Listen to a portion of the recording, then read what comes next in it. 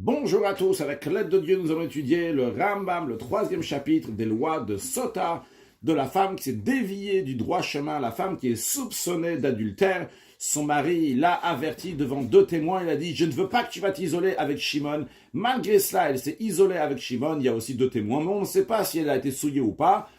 Le mari l'amène au temple, mais de manière plus précise. Avant de l'amener au temple, le Rambam nous dit dans l'Acha Aleph « Keitzad seder ashkat Sota » comment se déroule la procédure de la sota quand elle va boire ses eaux amères.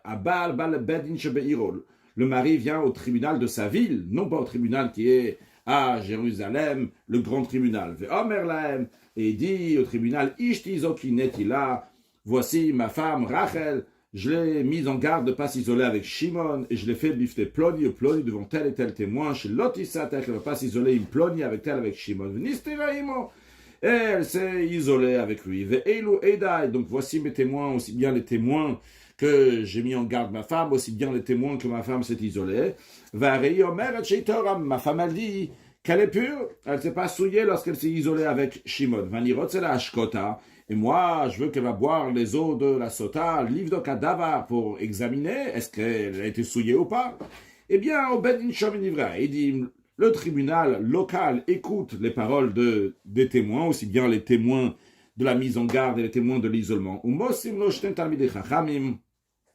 Et ils disent au mari, c'est bon, toi et ta femme, vous allez aller à Jérusalem, au temple, au grand tribunal. Pour cela, on va mettre avec vous 2 érudits en Torah, les chambres pour le surveiller chez Mayavo Alea, pour pas qu'il va avoir un rapport avec elle, parce que le mari n'a pas le droit d'avoir de rapport avec la femme du moment où elle est soupçonnée d'avoir fait l'adultère.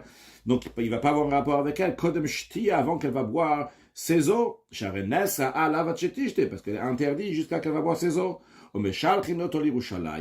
Et on l'envoie à Yerushalayim. Pourquoi spécialement Yerushalayim?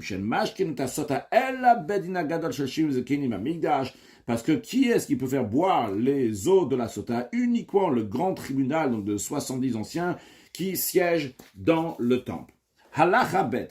Une fois qu'ils arrivent à Yerushalayim, donc le mari, la femme, et les 2 érudits en Torah, Bedina Gadol, le grand tribunal, Moshivin Ota Benem, la font asseoir à la femme devant eux. Quand on dit ici entre eux, c'est parce qu'ils étaient assis en demi-cercle, donc ça c'est qu'elle est entre eux, bien qu'elle est devant eux. Et ça lui met un stress aussi. Mais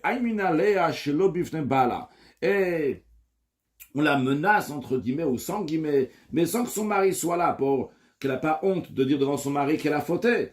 Donc, ma fridinota, on lui fait peur, pachat gadol, une grande peur chez l'otishte, pour pas qu'elle va boire les eaux amères de la sota, elle va mourir, on cherche qu'elle va rester en vie. Donc, elle avoue si elle a fauté. Ve'omrim on lui dit, Biti, ma fille, harbe yainose. Tu sais que le vin cause à beaucoup de mauvaises choses.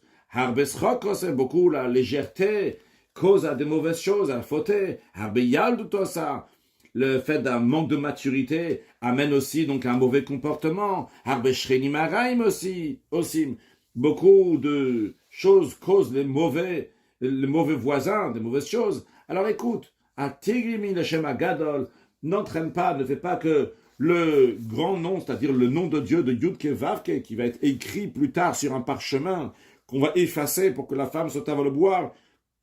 On lui dit ce nom-là, le nom de Dieu, chez Nirtav Bigdusha, qui est toujours écrit avec grande sainteté, ne fais pas chez Imach Alamayim, qui va être effacé sur l'eau, parce que si tu ne vas pas avouer que tu as fauté, on va devoir effacer le nom de Dieu pour te faire boire ces eaux-là dans lesquelles il y aura ce parchemin avec le nom de Dieu qui est effacé. Ve'omrimla.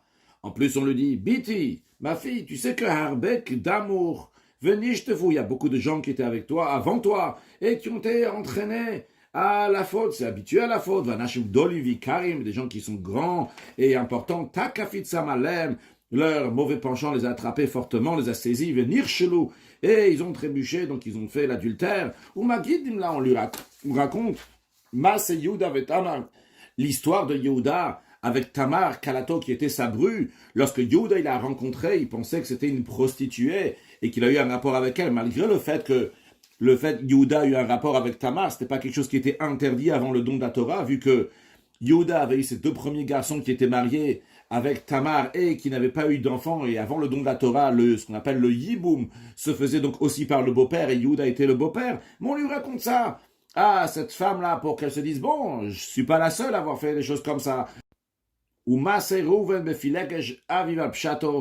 Et l'histoire de Rouven avec la concubine de son père, c'est-à-dire avec Bila, dans le sens simple, c'est-à-dire que lorsque Rachel est mort, le lit de Yaakov était toujours dans la tente de Rachel.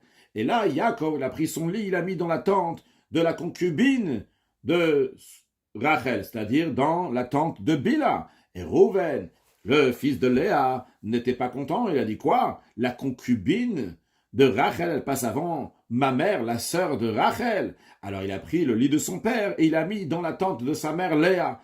Mais quand on lit le sens simple de la Torah, on a l'impression que Rouven a cohabité avec Bila. Donc, à cette femme-là, on lui raconte l'histoire de Rouven, Al-Pshato, dans le sens simple. De même, on lui raconte c'est Amnon ve'achoto, Amnon, un des enfants de David Amalek, avec sa sœur, un des enfants de David Amalek aussi, donc, qui ont eu un rapport. Donc, pourquoi on lui dit tout ça, que de Léa, qu'elle a Léa, pour lui faciliter, lui dire, regarde, il y a des grandes personnes qui ont aussi trébuché, jusqu'à qu'elle va avouer qu'elle a fait l'adultère. Non, ici, elle dit oui, c'est vrai, j'étais souillé. Ou bien elle a dit tout simplement, je ne veux pas boire ces eaux-là, malgré le fait que je ne suis pas impur. Mais en tous les cas, elle a dit qu'elle ne veut pas boire ces eaux. Eh bien, Yotza Beloktuva. Elle sort, c'est-à-dire que son mari va la divorcer sans lui donner l'argent d'Aktuva, comme on a déjà appris qu'on ne force pas la femme à boire si elle ne veut pas boire. Eh bien, le mari lui donne un acte de divorce, mais il ne va pas lui donner l'argent qu'on donne à la femme lorsqu'on la divorce, donc l'argent de l'Aktuva. Là, et elle part, elle s'en va.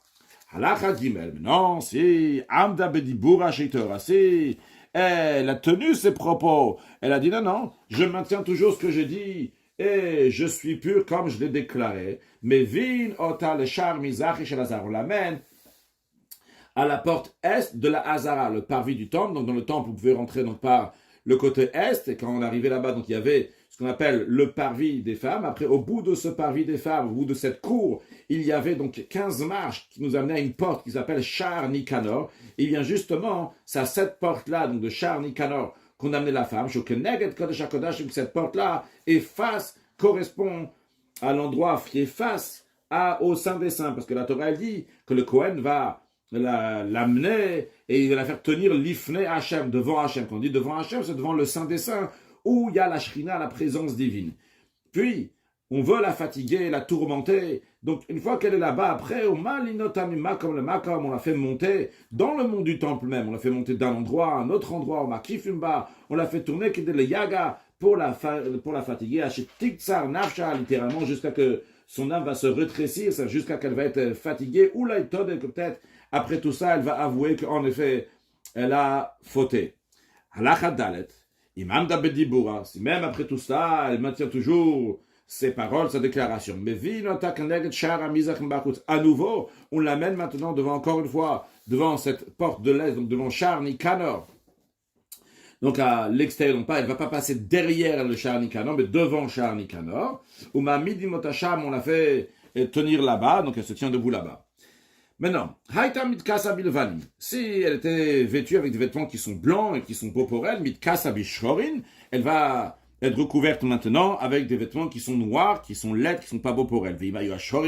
Si les vêtements noirs étaient beaux pour elle, alors mitkasa bibgadim shen labaim noy, elle va s'habiller avec des vêtements dans lesquels il n'y a pas de beauté. Ou mesirim kol chali kesev zav shalei, on enlève tout ornement d'argent et d'or qu'elle porte sur elle pour pas qu'elle soit belle. Il rassemble, le tribunal rassemble donc un grand nombre de femmes autour de cette femme-là. Car toutes les femmes qui se trouvent là-bas dans le monde du temple, ils ont le devoir d'être là et de la regarder. Parce qu'il est dit que toutes les femmes ils vont recevoir une leçon, ils ne vont pas faire comme votre mauvaise conduite. Dans le sens simple, c'est le prophète Yecheskel qui parle. Il dit que toutes les femmes, c'est-à-dire que toutes les autres nations, ils vont voir comment vous allez punir le peuple juif, ils ne vont pas faire comme votre mauvais comportement. Ici, dans notre contexte à nous, c'est que toutes les femmes qui sont là-bas, ils vont voir comment on se comporte avec la femme sota, et ils vont pas faire comme elle l'a fait. En ce qui concerne les hommes, ils n'ont pas le devoir de venir, mais s'ils veulent venir la voir, qui viennent et qui voient la femme sota. Maintenant, et la femme sota se trouve entre toutes les femmes qui sont rassemblées là-bas. Bloredid. Ici, donc, elle n'a pas le voile habituel que les femmes mettent sur leur tête et sur leur corps, sur leurs vêtements qu'il y a sur le corps. Ou blomit pachat, sans le beau foulard qu'elle met en général lorsqu'elle sort à l'extérieur. Elle la bivgadea, tout ce qu'elle a, c'est uniquement les vêtements qui sont sur son corps. Vekofa shal rosha, et un foulard simple qui est sur sa tête, qui moshaisha beterbet, comme le foulard simple que la femme elle met lorsqu'elle est chez elle à la maison.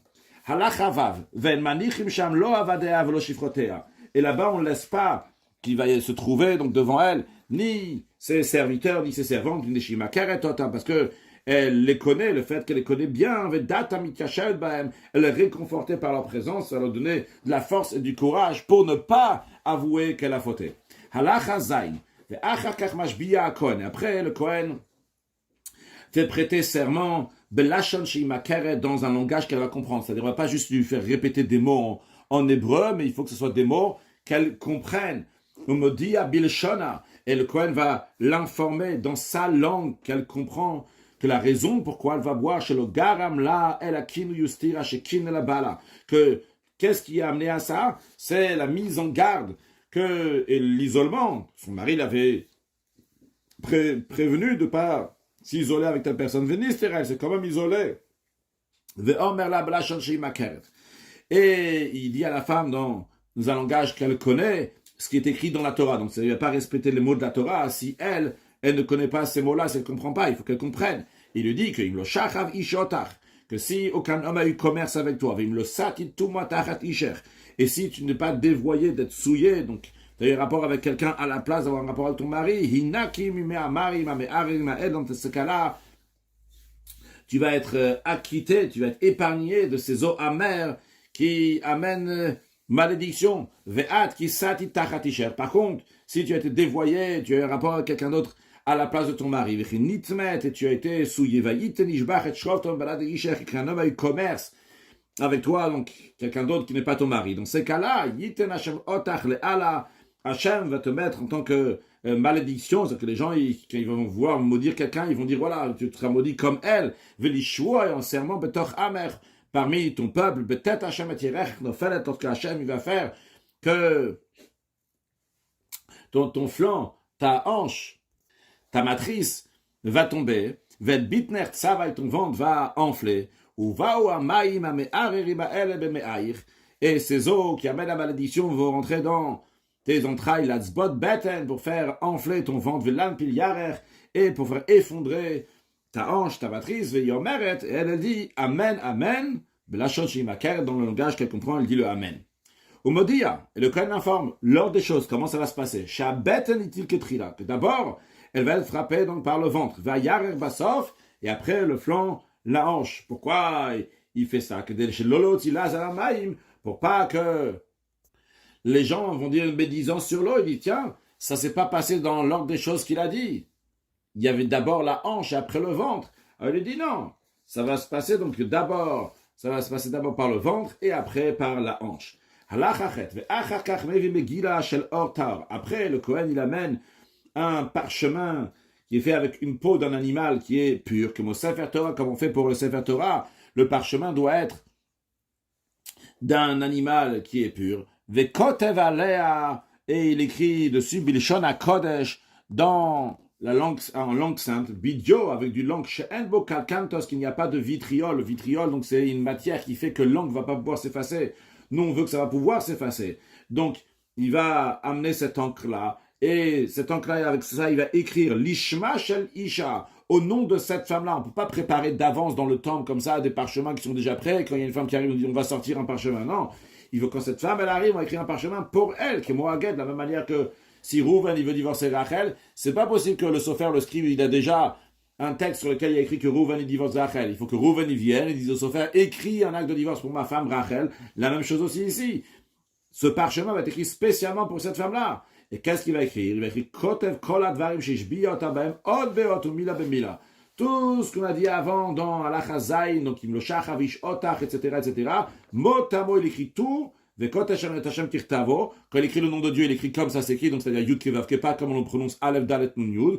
Par contre, on a dit qu'il écrit tout ce qu'on a dit dans Halacha Zayin, mais ce que le Kohen il dit, mais non pas ce que la femme elle dit, et il ne kotev Amen Amen, la femme elle répond Amen Amen, ça il ne l'écrit pas sur le parchemin. Halacha Tet, ve'achakach, et après, Meivik Lecheres. Après ça, donc le Kohen, il amène un ustensile en terre cuite chez le Nasebom Lacham Be'olam et qui n'a jamais été utilisé, pour un travail. Velo Yirek Kli Bolé. Il ne faut pas qu'il paraisse comme un ustensile qui est usé, mort et chasman par le temps, mais il faut qu'il a aussi le look qui soit nouveau. Donc c'est deux conditions, et qu'on n'a jamais travaillé avec, et que il n'a pas l'air usé. Maintenant, Vimer Zero la Kivshan, et c'est, on avait fait un travail avec, ou bien qu'il avait l'air usé, et qu'il a remis dans le four ce ustensile en terre cuite, jusqu'à qu'il s'est renouvelé, bien kasher, c'est kasher. Après, Venoten le tocho, il va mettre à l'intérieur Chatsi log maim, la moitié d'un log d'eau. Un log, c'est 4 fois un revit on connaît un peu plus, c'est 86 millilitres, donc 2 fois 86 millilitres, ça fera 172, c'est la moitié d'un log d'eau, d'où il le prenait Minakior, du bassin qu'il y avait dans la cour du temple. Au Bachatzilog, Shayam Bamigdash Ayamododo, et il utilisait un ustensile qui avait la mesure d'un demi-log qui était dans le temple. Avec ça, donc, il mesurait ce Chatzilog, ce demi-log d'eau, Venichnas Bola Echal, et le Kohen rentrait avec cet ustensile en terre cuite dans le Heichal, dans le temple, dans la partie intérieure du temple. Halachayud, ou Makomayasham, et là-bas, dans le sol du Heichal, il y avait un endroit, Amma Alama, qui faisait une coudée sur une coudée, donc une coudée ça correspond à 48 cm, donc 48 cm sur 48 cm, il y avait là-bas donc une dalle, Limina Nichnas, à la droite de ceux qui rentraient dans le Heichal, au Botav Shel Shaish, et donc cet endroit, donc il faisait une ama sur une ama, il y avait donc une dalle en marbre, Vetabal, vous là-bas, il y avait un anneau qui était sur cette dalle, à travers l'anneau, donc vous pouvez soulever cette dalle, et Makbia Tavla, et en effet le Kohen, donc il soulève cette dalle avec cet anneau, en dessous cette dalle, il y avait de la terre, donc du sol, du Mishkan, du sanctuaire, et de la terre qu'il y a là-bas, il met sur l'eau qu'il a dans son ustensile en terre cuite. Combien de terre il met? Il met tant de terre suffisant pour qu'on puisse l'avoir sur la surface de l'eau qu'il y a dans l'ustensile. Davar mar. Il met à l'intérieur de ces eaux-là quelque chose qui est amer. Gonlana, par exemple, de l'absinthe. Donc, il y a une sorte d'herbe qui est amère, parce que la Torah, elle dit, quelque chose qui est similaire, parce que la Torah, elle dit, me'amarim, des eaux qui sont amères, donc ils doivent être amères dans le sens littéral. Ou mochek le tochana megila, et il efface à l'intérieur de ces eaux le parchemin sur lequel il a écrit le serment, sur lequel il a écrit les versets avec le nom de Dieu, et il doit l'effacer l'ishma, l'intention de cette femme-là. Il va bien l'effacer jusqu'à qu'il ne reste plus aucune trace visible d'écriture sur le parchemin. Après ça, Kohen Acher, un autre Kohen, pas le Kohen qui est en train d'attraper l'ustensile avec l'eau et le parchemin qui a été effacé dans le pas, ce Kohen-là, mais un autre Kohen, Baelea, vient vers cette femme-là, le Kohen Hazar des Kohanim, donc du temple, et il saisit les vêtements de la femme, des vêtements qui sont devant, c'est-à-dire sous sa tête, à côté donc de la gorge, et il déchire le vêtement, jusqu'à qu'il dévoile sa poitrine, et il découvre ses cheveux, c'est-à-dire il enlève le foulard qu'elle avait, et il défait les tresses de ses cheveux, pour l'enlaidir. Maintenant, ces vêtements sont dans une situation qui risque de tomber entièrement jusqu'en bas, jusqu'à ses pieds, vu que le haut des vêtements a été déchiré. Alors le Kohen, il va ramener une corde pour rattacher ses vêtements pour pas qu'ils vont tomber. Ou mevi chavel mitzi. Pour cela, il ramène une corde qui vient d'Égypte. Pourquoi spécialement une corde qui vient d'Égypte? Que de la haskira mas mitzaim she'asat, pour lui rappeler à la femme que son comportement, c'est un comportement égyptien qui était dépravé, qui allait à la débauche, s'ils n'ont pas trouvé une corde qui vient d'Égypte, mais comme il amène une corde n'importe où. Vekosho le mal amidadea, et cette corde-là, il est rattachée sur les vêtements, donc ils sont au-dessus de sa poitrine, de son sein, les Sheloï, pour Abgad, Vidim Sataruma, pour pas que les vêtements vont tomber et il va se trouver nu. Sharenikru, vu que il a déchiré les vêtements du côté haut. Après cela, Mevi Saron Tamar Seorim. Le Kohen va amener un Isaron, donc c'est une mesure, un dixième d'Ephah, donc de farine d'orge, Michel Baal. Et qui est-ce qui doit payer, qu'est-ce qui doit amener ça? Donc c'est le mari, donc c'est le mari qui l'a amené, donc le Kohen maintenant le prend. Et le Kohen le met dans un panier qui vient d'Égypte. Et en ce qui concerne la corde qui vient d'Égypte, qu'il a mis sur ses vêtements, et aussi donc ce panier-là donc, qui vient d'Égypte, dans lequel on met la farine, ces deux-là, Bay Mishari Alishka. Qui est-ce qui paye ça? Contrairement à la farine, c'est le mari qui amène ça. Ça vient des restes de la lishka. Il y avait une loge dans laquelle on mettait donc la trouma, dans laquelle on mettait donc le martita shekel, le demi-shekel que chaque juif il amenait, et donc de ce qui restait de ça, des restes, eh bien on s'occupait donc des besoins communautaires, et donc ça fait partie des besoins communautaires, donc acheter ce qu'il faut pour la sota. Maintenant, il y a des maintenant le Kohen, il prend cette farine-là qu'il a mis dans le panier, il met sur les mains de la femme, qui est de le yaga, et le but de ça, c'est pour la fatiguer. Encore une fois, on espère qu'elle va avouer, elle ne va pas boire et mourir. Après le Kohen, il reprend cette oblation du panier. Il prend la farine qu'il y avait dans le panier, il la met dans un ustensile consacré, dans un ustensile sacré, donc qui est du temple. En général, quand on fait une oblation, on met de l'huile et des encens. Mais ici, sur celle de la sota, on n'a pas le droit de mettre de l'huile et des encens. Et si le Kohen a oui mis de l'huile ou de l'encens, loke, il reçoit 39 coups de bastonnade. À la chamme du ftatz, pour avoir bu de l'huile, 39 coups. Va l'alvona du ftatz, et pour l'encens, aussi 39 coups. Shenama, parce que la Torah dit, lo yitzok alav shemen, il va pas verser de l'huile sur cette oblation. Velo yiten alav, après, encore un interdit de ne pas mettre des encens. Donc c'est deux interdits différents. La Torah ne dit pas lo yitzok alav shemen ou levona, qu'on n'a pas le droit de verser sur cette oblation de l'huile et des encens. La Torah dit, on n'a pas le droit de verser de l'huile dessus. Et on n'a pas le droit, encore un interdit, donc de mettre des encens. Donc s'il a fait, il reçoit 2 fois le 39 coups de bastonnade. Allah chayud dalet.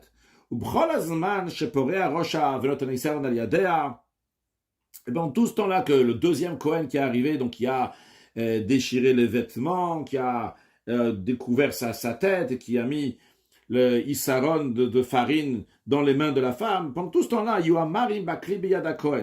les eaux amères, ils sont dans l'ustensile que le premier Kohen il a. Il faut qu'il lui montre ces eaux-là, que la femme puisse les voir chez Nama, parce qu'il dit que dans les mains du Kohen, il va y avoir les eaux amères qui amènent une malédiction, provoquent la malédiction. Et les sages ont expliqué que le Kohen doit tenir ces eaux amères face à la femme de manière qu'elle va voir ces eaux. Et après ça, c'est-à-dire après que l'oblation a été mise dans un ustensile sacré, Mashkeota le Kohen fait boire à la femme les eaux amères. Une fois que la femme a bu les eaux amères, le Kohen prend l'ustensile sacré dans lequel il y a l'oblation, et il met sur la main de la femme. Et ce Kohen donc met la main en dessous la main de la femme, ou Menifa, et ensemble, le Kohen et la femme vont balancer cette oblation. Mizrach, où est-ce que c'est fait? C'est fait dans l'est de la cour du temple, qui chakolat nofot, comme d'ailleurs tous les autres balancements des autres oblations, qui sont faits aussi donc, du côté est de la cour. Et comment on fait l'oblation? C'est molir ou meivi, c'est en faisant un va et vient. C'est-à-dire qu'il la prend quand c'est à côté de lui, hop, il l'amène vers le loin, et après donc il la ramène. Ou mal ou mori, il la fait monter et descendre. Fait achashemeni. Après qu'il a balancé, Magisha Mincha, le Keren Dromit, Maravich Misbeach, il ramène l'oblation donc est dans une bassine, dans un ustensile sacré, et comme ça il l'amène, c'est-à-dire qu'il a juste la rapprocher du côté sud-ouest de l'autel. Imaginons que ça c'est le côté sud-ouest de l'autel, donc il doit prendre comme ça, c'est la bassine, comme ça, hop, il la met, comme ça, juste il la rapproche. Et le fait de la rapprocher, donc ça c'est ce qu'on appelle la Hagasha. comme ce qui chame nachot yachid, comme d'ailleurs on fait pour les autres oblations des particuliers qui amènent les oblations. Vekometz, après le Kohen il prend une poignée, ou maktira kometz, et il fait brûler cette poignée sur l'autel, viachar, le reste de l'oblation, le reste de la farine, nechala kohanim est mangé pour les kohanim. Maintenant, suite à tout ce qui a été fait, halachat et zayin, im teoraï, si la femme, elle est pure, elle n'a pas fait l'adultère, eh bien yotza volachet là, elle repart chez elle, tout va bien, varimoutet de bala, et à nouveau elle peut avoir des rapports avec son mari, parce que le fait que elle a son ventre en bonne santé, sa hanche en bonne santé, c'est une preuve qu'elle est pure. Non, si en vérité elle avait oui fait l'adultère, eh bien les conséquences d'avoir bu, c'est que miyad, tout de suite, taner à morikot. Son visage jauni, véné à boltot, et ses yeux ressortent, vimitmala gidim, et elle se remplit de plein de veines, de tendons, de nerfs, on voit que ça tout qui sort comme ça à travers sa peau, et les Kohanim disent tout de suite, Otsiwa, faites-la sortir, une expression, double expression pour dire, faites-la vite sortir, pourquoi? Pour pas qu'elle va devenir nida, qu'elle va avoir ses règles, et une femme qui a ses règles est interdite de rester dans le temple, et les femmes qui sont nida rendent impures le parvis des femmes, ils n'ont pas le droit d'être là-bas, d'ailleurs ils n'ont pas le droit d'être aussi dans le harabaï, dans le monde du temple. Mais le Rav nous dit qu'on l'a fait sortir déjà de Ezrat Nashim, ce qu'on appelle la cour des femmes, donc de l'entrée du temple là-bas, dans laquelle elle se trouve, vu qu'on a un doute, est-ce qu'elle va devenir Nida ou pas, donc on l'a fait sortir déjà de là-bas. Ou Bitnat Sava Batrila, et ce qui se passe, c'est que d'abord, donc, son ventre va gonfler, et après sa hanche, sa matrice, son flanc, donc va s'effondrer, et elle va mourir. Maintenant, à savoir, que Beotasha Shetamuti, au moment où elle va mourir, Yamut Anoef Sheishka Al Yado. Le Noef, l'adultère, celui qui a fait l'adultère avec cette femme Rachel, par exemple Shimon, eh bien Shimon aussi, il va mourir. Dans n'importe quel endroit où Shimon sera, il va mourir à ce moment-là. Et pas Stam, il va mourir. Mais hier, alors Meoraot Sheirula. La même chose qui arrive à la femme va arriver aussi à lui aussi. L'Adzbot Beten, son ventre va gonfler, V'lan Pil Yarer, et sa hanche va s'effondrer. Mais attention, tout ce qu'on vient de dire, que ça va se passer en conséquence si la femme elle a bu, c'est Beshelochata Balmolam, si le mari n'a jamais fauté. Quand il n'a jamais fauté, c'est-à-dire qu'il n'a jamais une relation qui était interdite. Avanim Bal Beilachel Isum, si dans le passé il a eu un rapport qui est interdit, Enamaim Botkimet Tishto, les eaux ne vont pas examiner sa femme, comme on a appris dans le chapitre précédent. Allah Hayutret. Si le mari, malgré le fait qu'il avait une relation interdite, il a transgressé, il a fait boire sa femme, eh bien, il rajoute une faute à son péché. Chez Gorem Lachem Amaforash, parce que il a provoqué que le nom explicite, le nom de Dieu, le Yud Kevavkesh, va être effacé dans l'eau, le Vatala, en vain. Ou Motzilaz Amesota. Et en plus, il est sorti de la médisance sur ces eaux-là, en disant qu'ils n'ont pas examiné sa femme, parce que chez Ishto, sa femme, elle dit aux autres, moi j'ai fait l'adultère, le bas de Kuba, ces eaux-là, ils n'ont pas eu d'effet. Veilotel, la femme ne va pas savoir, chez moi, c'est à Balgamouk, c'est à cause du comportement du mari que les eaux ne l'ont pas examiné. Alachayutet, les fichars, c'est d'ailleurs la raison pour laquelle, que Misherabu Amnafim Begalou, depuis que ceux qui commettaient l'adultère, ils faisaient ouvertement Bebaïcheni à l'époque du deuxième temple. Bitloua Sanhedrin et Me'amarim. Le tribunal, le grand tribunal de 70, qui siégeait à Yerushalayim à côté du temple, ils ont annulé la procédure des Zohamer. Samchou la Katouf de Kabbalah, et ils sont appuyés sur ce qui est écrit dans la Kabbalah, c'est ce qu'on a de tradition, c'est-à-dire dans ce que les prophètes ils disent, que le Efkod al Bnotechem qui disent Nena, que je ne vais pas examiner vos filles à cause, et quand elles vont prostituer, la cause de la prostitution, va le Kalotechem, et vos belles-filles, Kitna Efna, quand elles se livrent à l'adultère. Donc, c'est-à-dire que le prophète il dit que ça va venir un jour dans lequel Akadosh Baruch Hu ne va pas être poked, il ne va pas s'occuper, il ne va pas examiner de ceux qui font l'adultère. Halachachaf. Dans le Ram nous dit qu'il y a encore une autre option dans laquelle c'est possible que les eaux amères ne vont pas avoir d'effet. C'est quoi? C'est Sota chez Hayelasrut Talmud Torah. Une Sota, une femme adultère qui avait le mérite de l'étude de la Torah. C'est-à-dire, c'est pas qu'elle-même qu'elle a l'étude de la Torah. Dans le sens parce qu'elle a étudié la Torah, vu qu'elle n'a pas un devoir d'étudier la Torah par les lois qu'elle doit connaître. Mais quand on parle ici donc le mérite de Torah, c'est qu'elle s'efforce d'amener ses enfants à l'école, elle attend son mari qui revient du Beth Midrash, donc ça, elle prend part dans le mérite de l'étude de la Torah. Et ça protège la femme.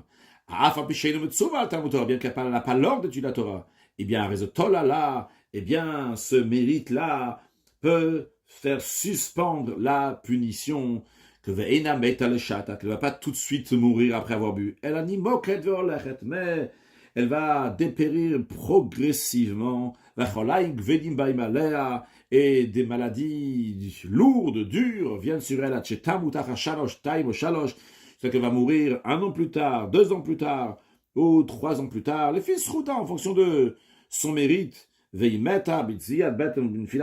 contre, une fois qu'elle va mourir, au moment où elle va mourir, sa mort sera comme celle de la sota, donc son ventre va gonfler et que sa hanche va tomber.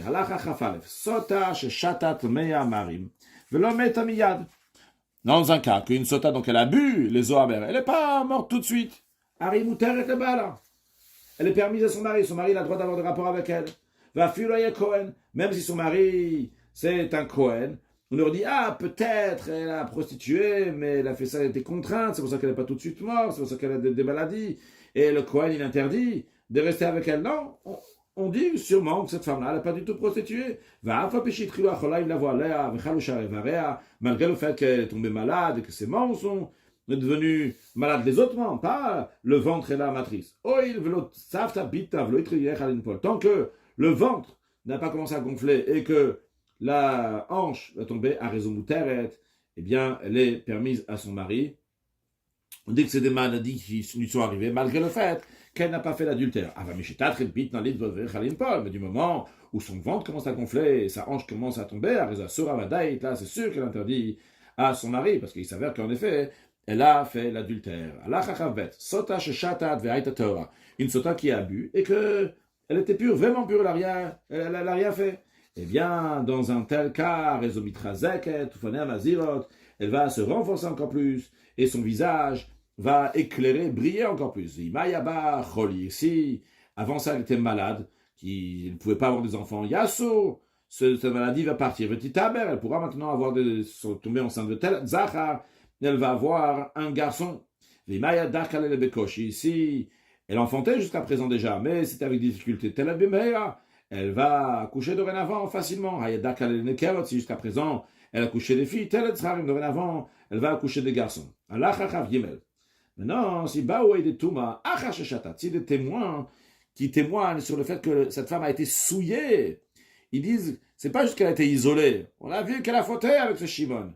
Bien que cette Rachel elle a déjà bu les eaux amères, Rouven doit la divorcer, sans lui donner l'argent à Tuva, elle est interdite à son mari. Même si après avoir bu, il n'y a rien qui lui est arrivé, aucune maladie, aucun ventre gonflé, aucune hanche qui tombe. Pourquoi? A priori, il n'y a rien qui lui est arrivé, elle a bu. Il y a tout simplement. Qui est-ce que l'eau examine uniquement une femme qui n'a pas de témoins qui peuvent informer sur son adultère? Mais s'il y a des témoins qui peuvent informer l'adultère, même si elle va boire, les eaux vont pas avoir d'effet. Véod, encore une autre raison, chez ma balle, une autre raison pourquoi peut-être les eaux ne l'avaient pas examiné, parce que c'est le mari qui n'est pas propre, il n'est pas innocenté, le fir le balcor et c'est pour ça donc les eaux n'ont pas examiné la femme de Rouven, parce que Rouven n'était pas innocent, il avait eu des relations interdites. Mais non, si c'est justement un témoin qui est venu après que la femme elle a bu, il vient et témoigne, il dit, mais elle s'est souillée lorsqu'elle s'est isolée. Alors malgré le fait que s'il serait venu avant qu'elle a bu de l'eau, il aurait dit, la femme elle a été souillée, on a déjà appris dans le passé qu'on fait confiance à un seul témoin. S'il y a 2 témoins d'isolement, on fait confiance à un témoin quand il dit qu'elle a été souillée. Mais là, qu'il est venu après, elle reste avec son mari, parce qu'elle a déjà vu, et maintenant elle n'est plus considérée une sota. Le fait qu'il y a un témoin qui vient, la Torah ne lui fait pas confiance. Une femme qui a fait l'adultère parce qu'elle a été forcée, donc c'était violée. Ou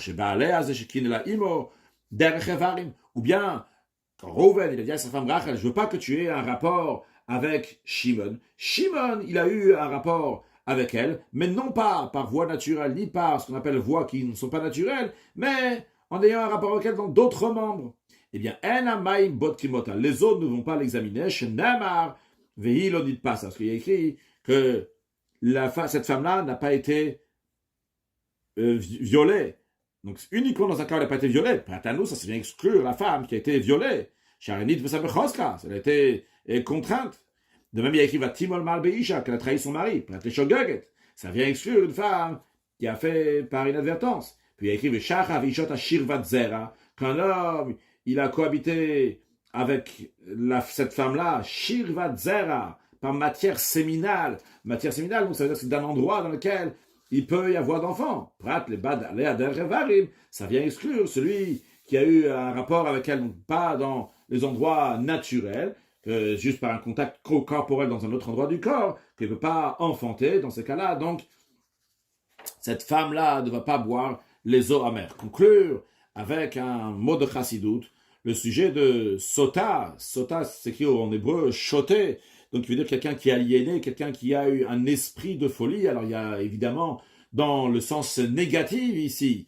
Et comme on a déjà dit dans le passé, que quand quelqu'un il faute parce qu'il a un esprit de folie qui lui rentre dans la tête. Mais il faut savoir qu'il y a aussi un esprit de folie qui est positif, un shtut dikdusha. C'est quoi shtut dikdusha? C'est un des sujets essentiels. Pourquoi Kadosh Baruch Hu, il a créé le monde, qu'on va utiliser le shtut dikdusha, la folie positive. Folie positive, c'est-à-dire qu'on se détourne aussi du droit chemin. C'est vrai, on ne se comporte pas donc de manière normale. Mais dans le normal même, on fait mieux que le normal. Il y a à faire pire que le normal. Mais il y a à faire mieux que le normal. Ça, le mieux que le normal, ça c'est quelque chose de positif. Par exemple, aider quelqu'un, alors c'est quelqu'un qui m'a pas fait du bien. Eh bien, ça c'est quelque chose qui est pas normal. Eh bien, c'est un shtut dikdusha. Shtut dikdusha, prendre de son temps pour aller aider un autre juif. Pourquoi je vais l'aider? Je le connais pas, il m'a rien fait, j'aurai aucun retour. Malgré ça, je le fais. Ça, c'est un shtut dikdusha, un shtut qui est positif, et un shtut qui nous entraîne et qui nous amène la venue de Mashiach. Now, une excellente journée.